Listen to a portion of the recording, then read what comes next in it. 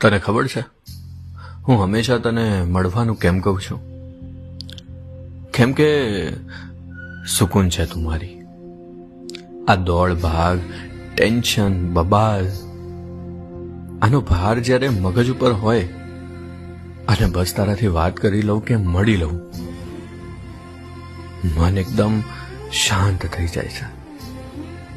મને તારાથી બીજું કાંઈ નથી જોઈતું. બે પલ પ્રેમના, બસ હું ખુશ. कोई मिटा न सके दिल के इस फसाने को.